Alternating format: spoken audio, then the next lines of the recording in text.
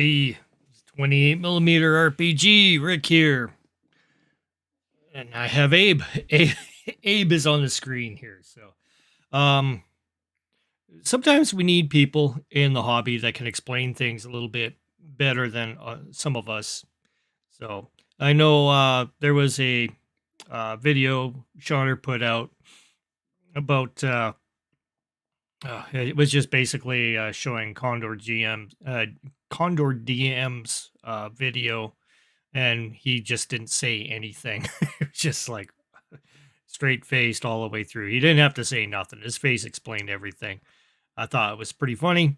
But he also put out another video about you know how to. It was one of Taking 20.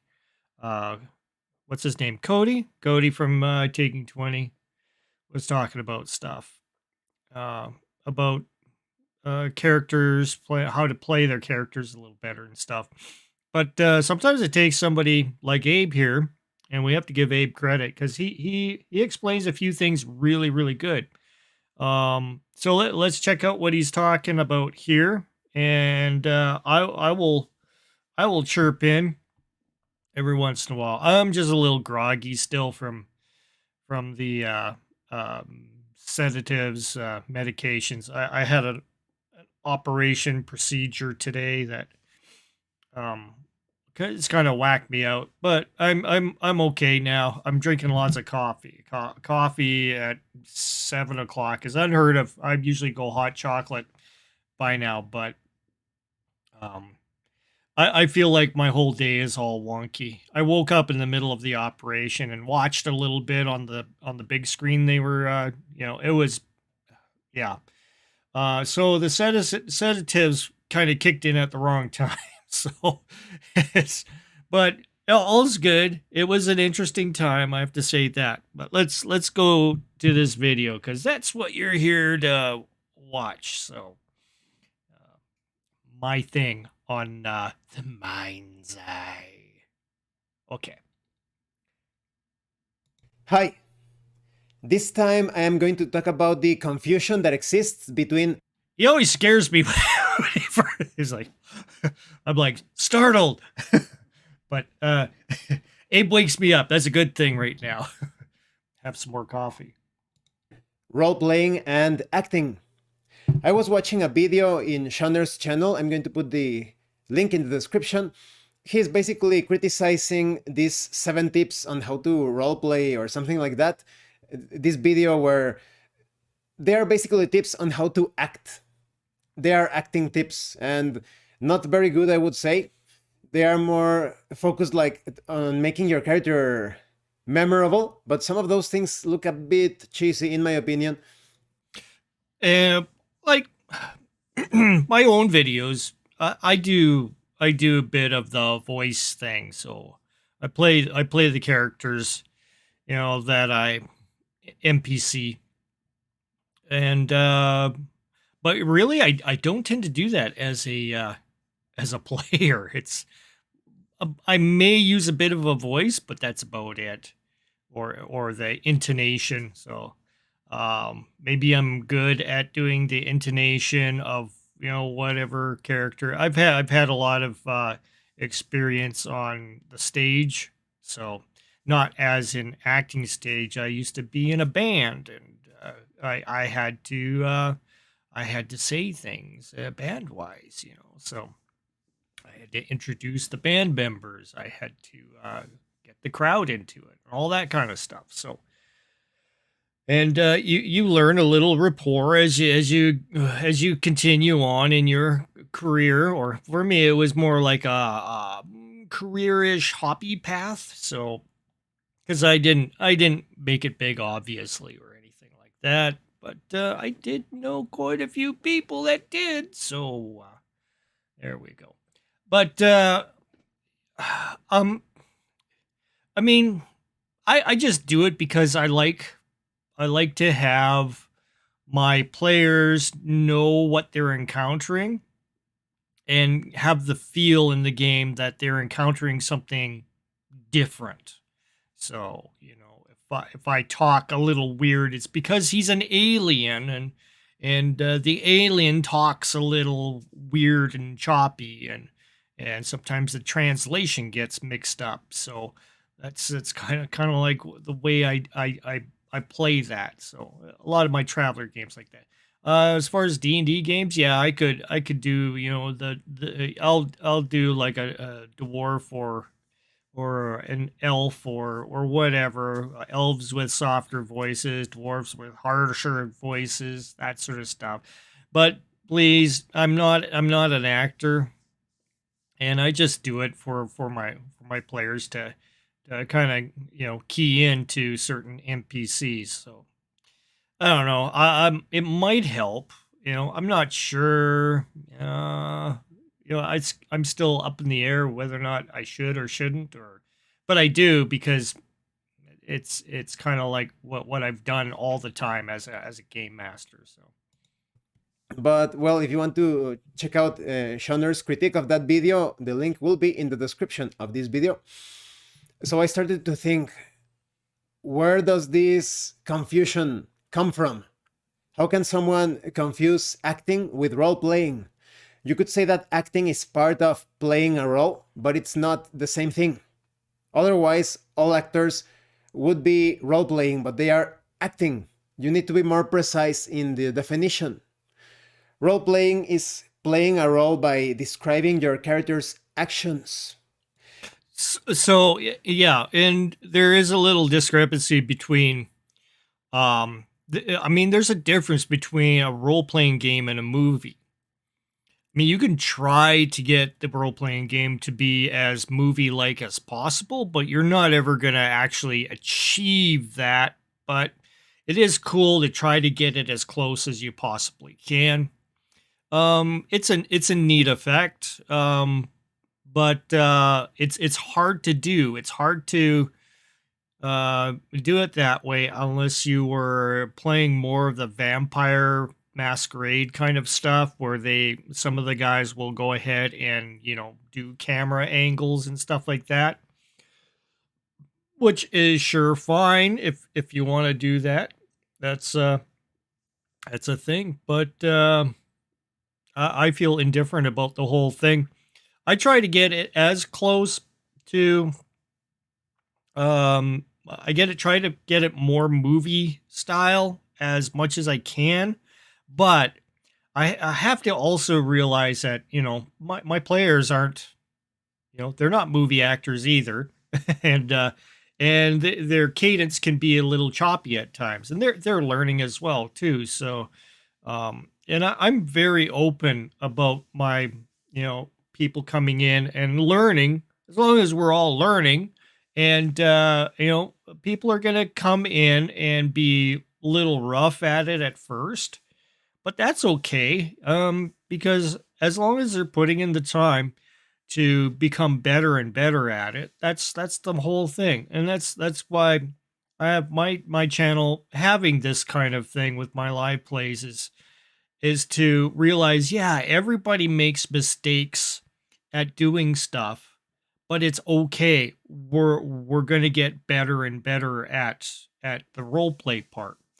And sometimes we have setbacks, and sometimes we go forwards and backwards, and that's the way it goes. I always talk about those things in my GM diaries. So, and that's why I have them, is to bring up the things that I think we did really good, and bring up the things that I think we can improve.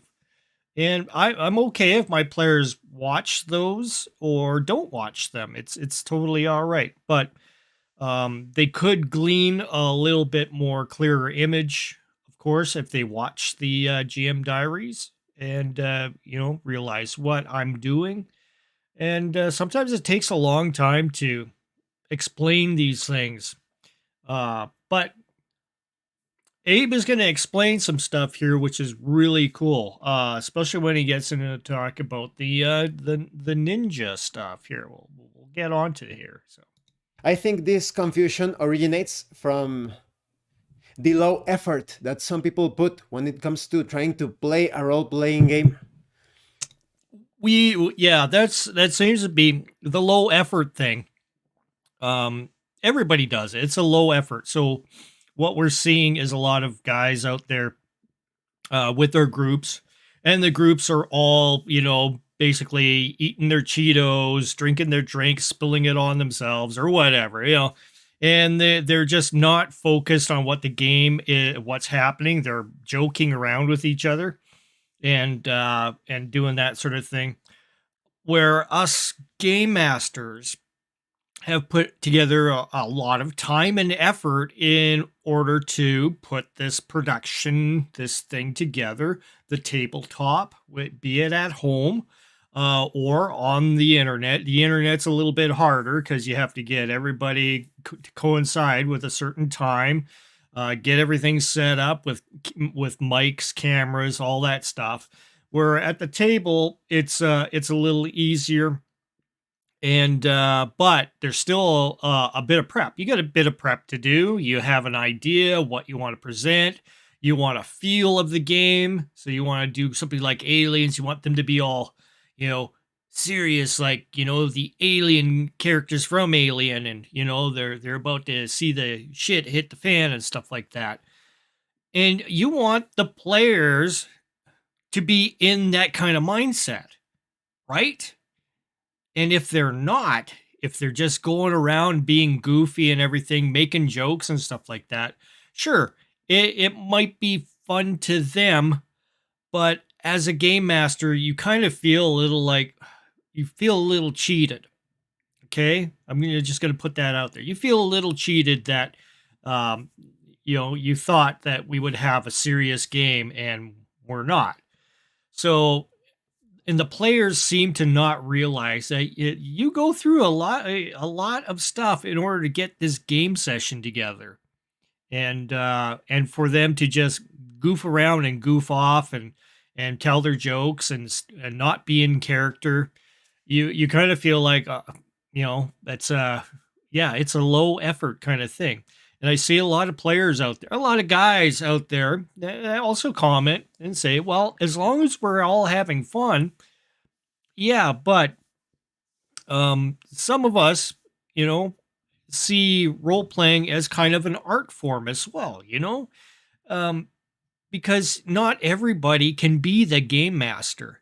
So you probably see a lot of these game masters disappearing because they want the serious tone, and they find a bunch of players and they're all a bunch of yucks that are just going off in tangents and not taking the idea that you put this whole thing together for them in order to be together in a game, and they're not serious about it at all, and you just feel like you've wasted your time doing that.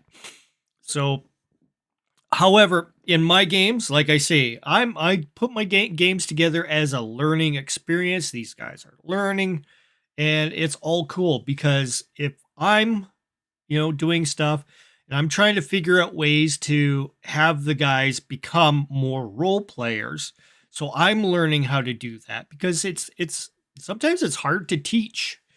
What you got to kind of do examples, and you're like, okay, well, this works, this didn't work, and that's where I'm coming from as a game master is I'm trying to, put together a group and teach them how to role play, and teach myself how to stay in character as well too.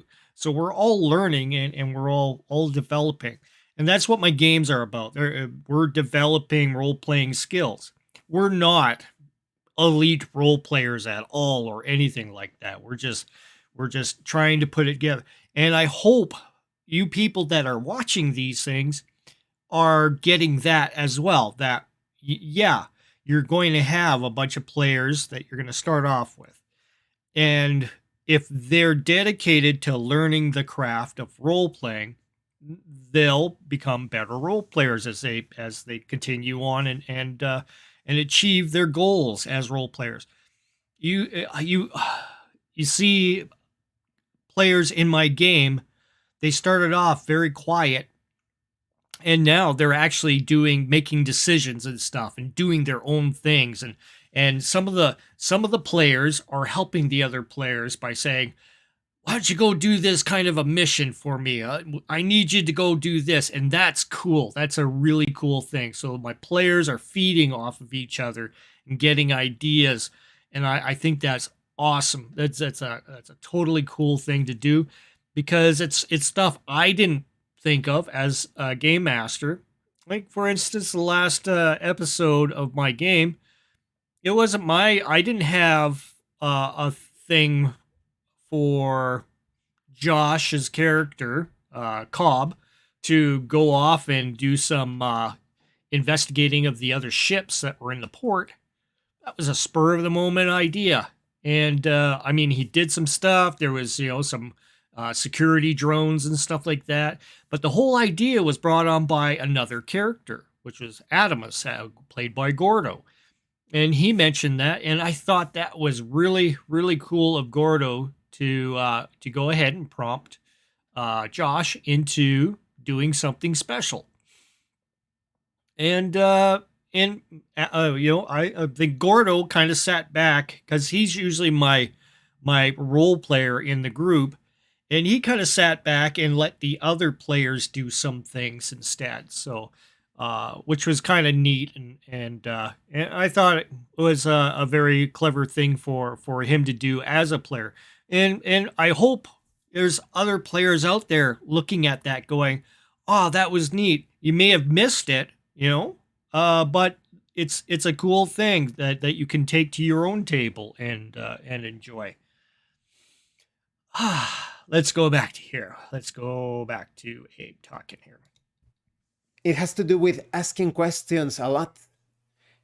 It's not a good idea, as many of you know, and you can check out my other videos in the RPG tips playlist that I'm going to put in the description of this video.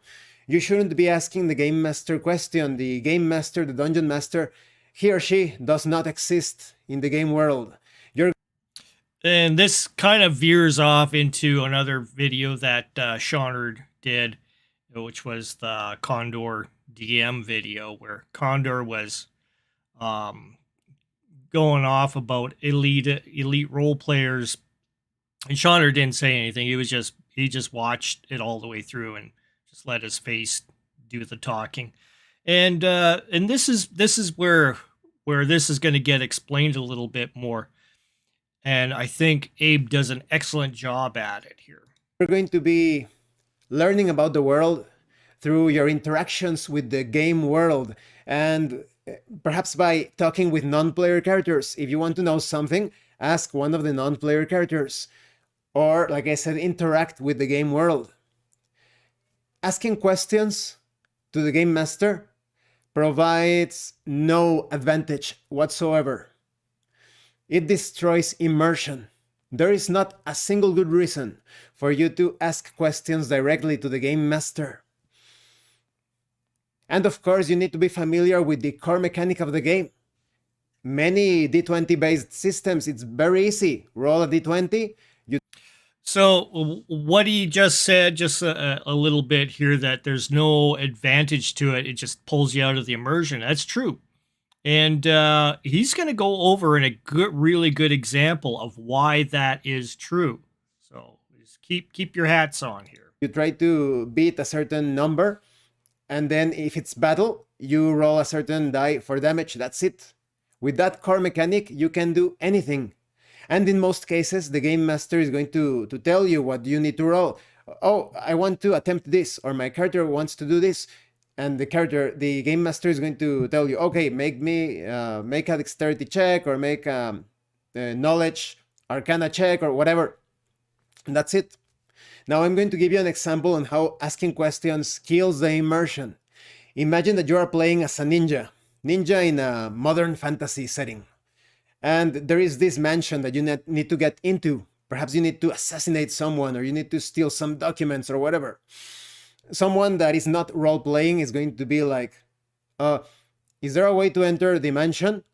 And the game master is like, yes, there is the front door and the back door, and there are some windows that you can use to climb into the mansion, to get into the mansion. That's very lame. That's not role-playing. That's having a conversation, asking questions. That's Mother May I. Yeah, he's about to say that. And that's that's what everybody seems to be doing with their live plays that we watch, and this is a criticism. But now watch the way he explains how to correct this. There may I. Now, if you were a true role player, I approach the mansion stealthily. I start to walk around it as silently as possible, trying to spot the different entrances into the mansion. The game master is going to tell you, of course, you have the front door, there is the back door, and the windows are a bit above a comfortable level when it comes to reaching them, but because of your skills, it is very easy for you to attempt one of your ninja tricks to get to that window. So it could be anything like that. And you could say that you could even enhance the description better. Maybe the game master could tell you how the ninja moves through this beautiful, carefully tended garden. Or maybe as the ninja is making his way towards the mansion or around the mansion looking for entrances, he spots some other details. Maybe there are animal droppings in the garden. Maybe there are indications that there is some sort of a guard animal that the ninja has not spotted. It all depends on the situation. Maybe the ninja needs to make a perception roll of sorts. So it's all about that. There is not a single advantage when it comes to asking questions to the game master directly because it breaks the immersion. And you can see this is basically all I wanted to show you here, and this is exactly what I wanted you to see as well. Everybody who watches my videos is exactly this, because there is so much extra that as a game master you could start adding into the description as things are happening. For example, the droppings from the animal, from the guard dog, for example. The description of, like, the narration of going through the well-kept garden and stuff like that. It's stuff that the characters are now building in their brains. It's all these details that they're getting into. And when you experience a game through being your character instead of asking out of question characters, this exact thing is what happens, and you get a really cool experience from it. If you can't see what we're talking about here by Abe's description, you shouldn't be playing role-playing games. You should be just a board gamer. Or continue with your board gamey buddies with the 5e and play board game D&D. It's totally, it's a thing. So, but that's kind of like what I want to kind of veer, somebody like Condor DM to realize, hey, listen to this guy, Abe. Listen to Abe. He's got this explanation spot on. Now, a lot of times I tried to explain it that way, and a lot of people were like, we don't get it. We don't understand. How do you do this? And blah, blah, blah. From Abe, I've gotten way more information from Abe than I have, say, I've gotten a lot of information from Shonner, but Abe has been really good at explaining stuff. And he's got some really good insight. Now, if a lot of us role players out there went ahead and started sharing, this, this concept, well, the exact same thing that Abe has talked about right now, it might end up, getting a little bit more, more of a handhold in the community of role playing. Because role playing now is not role playing; it's board gaming, and a bunch of guys together making a bunch of noise, not really paying attention to anything that the game master is saying, except for once in a while they'll like, oh, what did you say? What did you what was that? They'll do that to the poor game master, or they'll just be totally not experiencing it as a in a role playing mindset. They're experiencing it as a board game mindset. All they're worried about is the mechanics, whether or not their roles succeed or don't succeed. Argue about the rules every once in a while, and that's the thing. If you want that kind of experience, then okay, do that experience. But people that crank on us about trying to become better at role playing because they may be thinking we're being exclusionary, or they've got that same excuse. As long as everybody's having fun, that you have to realize, the game master once again put in a lot of effort, time and effort to go ahead and create a setting for you to be in and to interact with. And if you're not part of the interacting and the setting itself, you become more of a distraction. It's kind of like throwing Pee Wee Herman into Aliens and trying to game with Pee Wee Herman in the movie. I mean, it might be pretty interesting for a few minutes until Pee Wee dies or whatever, from getting his head, eaten off by an alien or something like that. But yeah, I mean, if you want to have players that will role play to the theme, to the setting, they'll have to start doing this kind of thing. Just be in character. Say what your character would say, and explain things, like ask questions through your character as you are doing things. You're going to learn things a little at a time as you're doing stuff, not doing the back and forth, back and forth, back and forth with the game master and asking questions, and everybody else just gets out of character because you're not in character. This, what Abe is saying, is a great explanation of why you should be role playing in the role playing game. And it's kind of it seems like ever since 3.53 D&D 3, it's gotten to be the computer RPG mindset. And that's what's overtaken it. When I came back to the role playing games in 2007, I started playing Castles and Crusades. And my first group that I joined up with weren't role players at all. And everybody was using the virtual tabletop. I thought the virtual tabletop looked pretty neat. It had some cool things about it that I thought, okay, maybe, if people want to have the more visual kind of thing. It did help in the game master not explaining a few things. He doesn't have to say. You see a cavern going forth, and it's just there as a map. But the problem is, you suddenly realize that you're not capturing the thing that the imagination does, and that is, I could show you a picture of something, say a fish man, something like a deep one or something like that. I could show you a picture, which is one thing.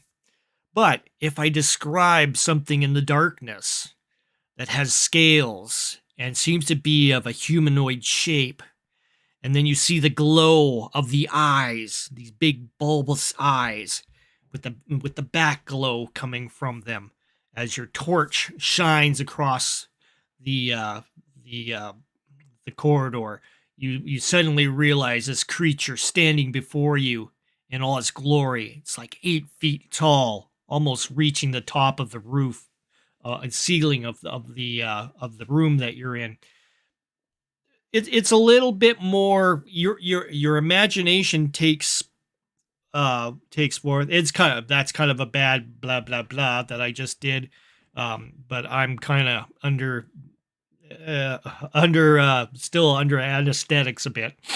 But it's uh, it's exactly what is missing in role playing games. Is this your brain takes over the visuals, and your brain is the greatest thing to go ahead and imagine horrible things, instead of showing a picture of something that may look maybe, not so realistic, more, cartoony, maybe a cartoony picture of a deep one or whatever.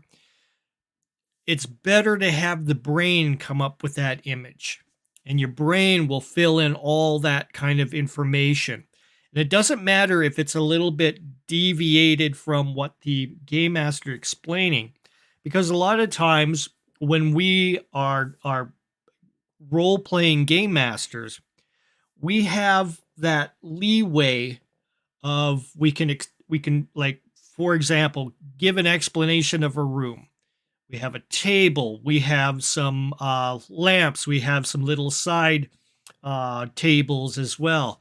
We have a bed with some really nice looking silk sheets on it. And the players can imagine whatever colors they want in those sheets, wherever they can position those things in that room, wherever they want, wherever their imagination is telling them. The game master, it doesn't matter where those items are, where they're located. It's entirely okay. It has no bearing on the room. The player, if they see this creature in the closet and it's coming out towards them, it's okay for them to grab the lamp. To them, it's right next to them. They grab the lamp, they throw it at the creature. Awesome. It's action. It's something that happens. It doesn't matter if it's if you're if as a game master you imagined it, being further away or what. I don't think in those kinds of terms anymore. I think of the room, the items, and the players can do with them what they want in the same action. So they could do that. They could grab the bed, shove it over towards the creature. All the things are relevant. It doesn't matter where those are positioned. They're doing an action. They see it as the way they see it. The rest of the players go along with it. And it's a really excellent experience to have happen. So you don't have to have, exact positionings of stuff anymore. A lot of my maps have evolved into not drawing intricate little things on graph paper. It's just basically lines to little square blocks or round circles, just kind of explaining the rough dimensions of the room, a few of the items that are in that room. It could be chests, it could be, tables, it could be exotic looking silverware cutlery. It's all kinds of stuff that I can make little notes of. Doesn't matter where it is placed in that room. Player's imagination will place it exactly where they want it, and they will use it just like in a movie. Grab the cutlery. I whip the little knives and forks at the thing, or whatever. It's cool. It's cool stuff that you can do because it's theater of the mind, and everybody is locked into the same kind of mindset. So that's basically what I wanted to bring up, and I hope those watching share these ideas, share Abe's video. I'll put the description and I'll put the link in the description, and it's up to you guys. Everybody. There's 380 of you guys that have subscribed right now to my channel. There's a lot of you guys that can share this kind of stuff, and please do. I implore of you. We have to get more people into role playing and remembering what role playing was back then. Back then, we didn't have all the miniatures and stuff like that. We didn't have maps. We weren't playing it like a computer RPG. We weren't playing it like a board game. It was all theater of the mind, and we were having a great time with it. And that's all I have to say. Hopefully we can get back to that again and start teaching people how to role play once again. So if you like what you see and you think that you can help me out by subscribing, do so. Just hit it. It's free. You learn things. I learn things from you. We learn all together. Share the experience. Become better role players. Take care, guys.